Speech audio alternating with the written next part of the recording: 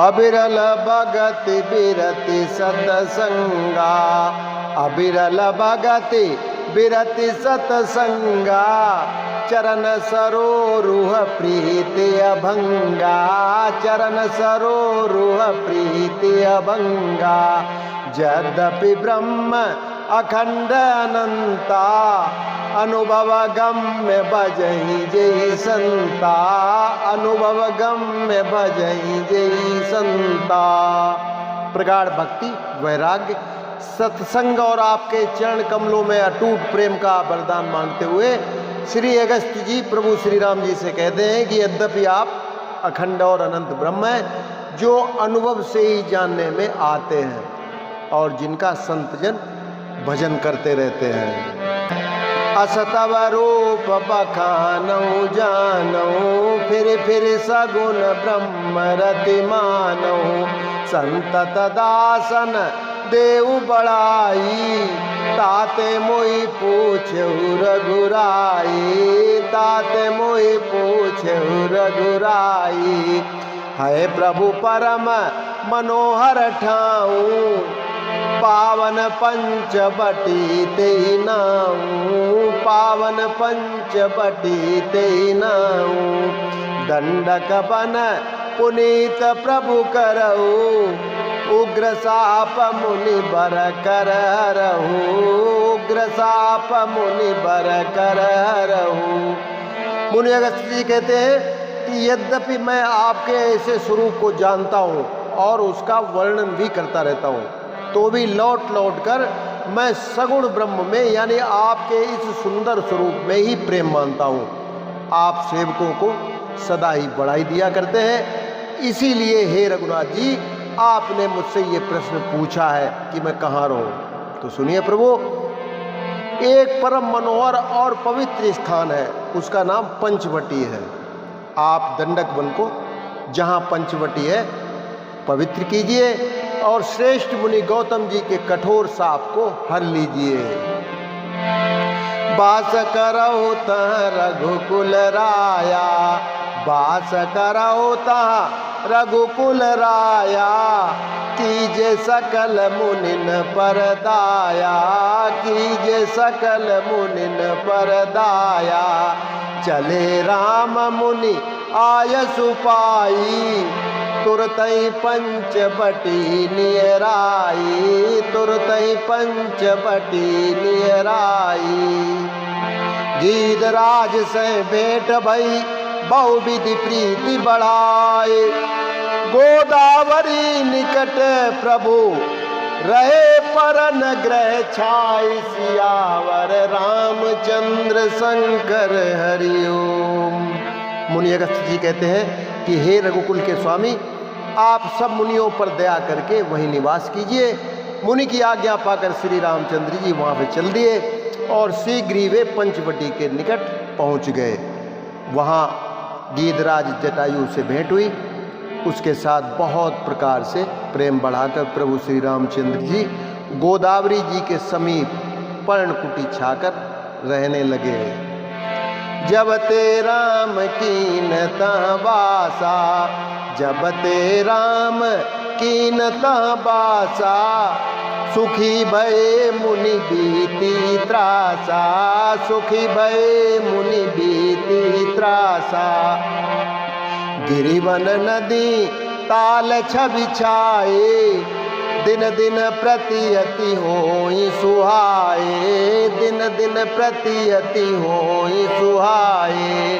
खग मृग वृंद आनंदित राई, मधुप मधुर गुंजत छवि लाई, मधुप मधुर गुंजत छवि लाई।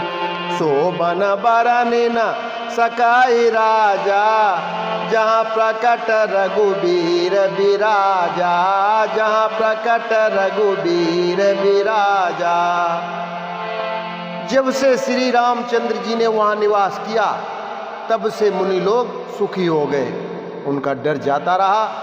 पर्वत, वन, नदी और तालाब शोभा से छा गए, वे दिनों दिन अधिक सुहावने मालूम होने लगे। पक्षी और पशुओं के समूह आनंदित रहते हैं और भौरे मधुर गुंजार करते हुए शोभा पा रहे हैं। जहाँ प्रत्यक्ष श्री राम जी विराजमान हैं, उस वन का वर्णन सर्पराज शेष जी भी नहीं कर सकते। एक बार प्रभु सुख आसीना, लक्ष्मण बचन कही छलहीना। सुर नर मुनि सचराचर साई, मैं पूछूं निज प्रभु की नाई। मैं पूछूं निज प्रभु की नाई। मोहि समुझाए काऊ सोई देवा, सब तजी करऊं चरण रज सेवा। सब तजी करऊं चरण रज सेवा। कहूँ ज्ञान विराग अरु माया, काऊ सो भगति करहु जेहि दाया। काऊ सो भगति करहु जेहि दाया। एक बार प्रभु श्री राम जी सुख से बैठे हुए थे। उस समय श्री लक्ष्मण जी ने उनसे छल रहे थे, यानी सरल वचन कहे, हे देवता, मनुष्य, मुनि और चराचर के स्वामी, मैं अपने प्रभु की तरह यानी अपना स्वामी समझकर आपसे कुछ पूछना चाहता हूँ।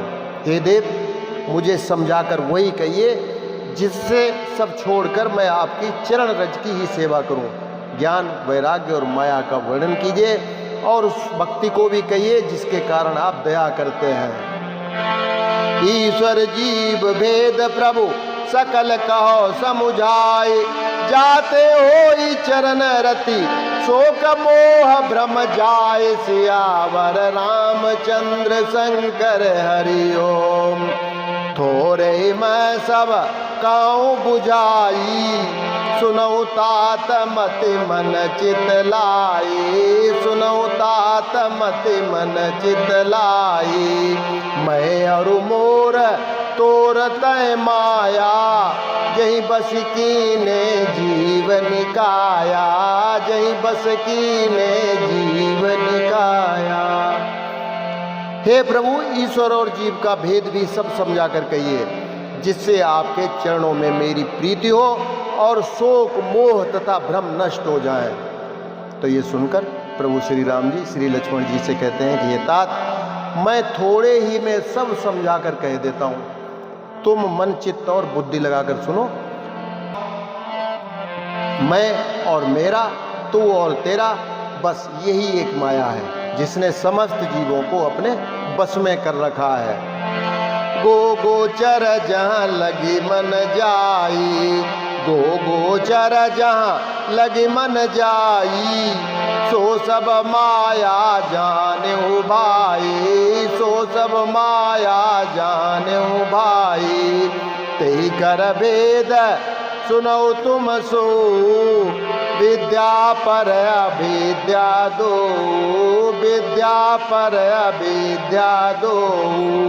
एक दुष्ट अतिशय दुख रूपा, जा बस जीव पराभव कूपा। जा बस जीव पराभव कूपा। एक रचई जग गुण बस जाके, प्रभु प्रेरित नहीं निज बलता के। प्रभु श्री राम जी कहते हैं कि इंद्रियों के विषयों को और जहाँ तक मन जाता है, हे भाई, उस सबको माया ही जानना। उसके भी एक विद्या और दूसरी अविद्या है। इन दोनों के भेदों को तुम सुनो। और एक है अविद्या, दुष्ट यानी दोष युक्त है और अत्यंत दुख स्वरूप भी है, जिसके बस में होकर जीव संसार रूपी कुएं में पड़ा रहता है। और एक विद्या जिसके बस में गुण तो है और जो जगत की रचना करती है, वह प्रभु से प्रेरित होती है, लेकिन उसके अपना बल कुछ भी नहीं है, यानी उसका निजी बल कुछ भी नहीं होता है। तो बस आज के लिए इतना ही, कल फिर मिलते हैं। नमस्कार, जय श्री राम।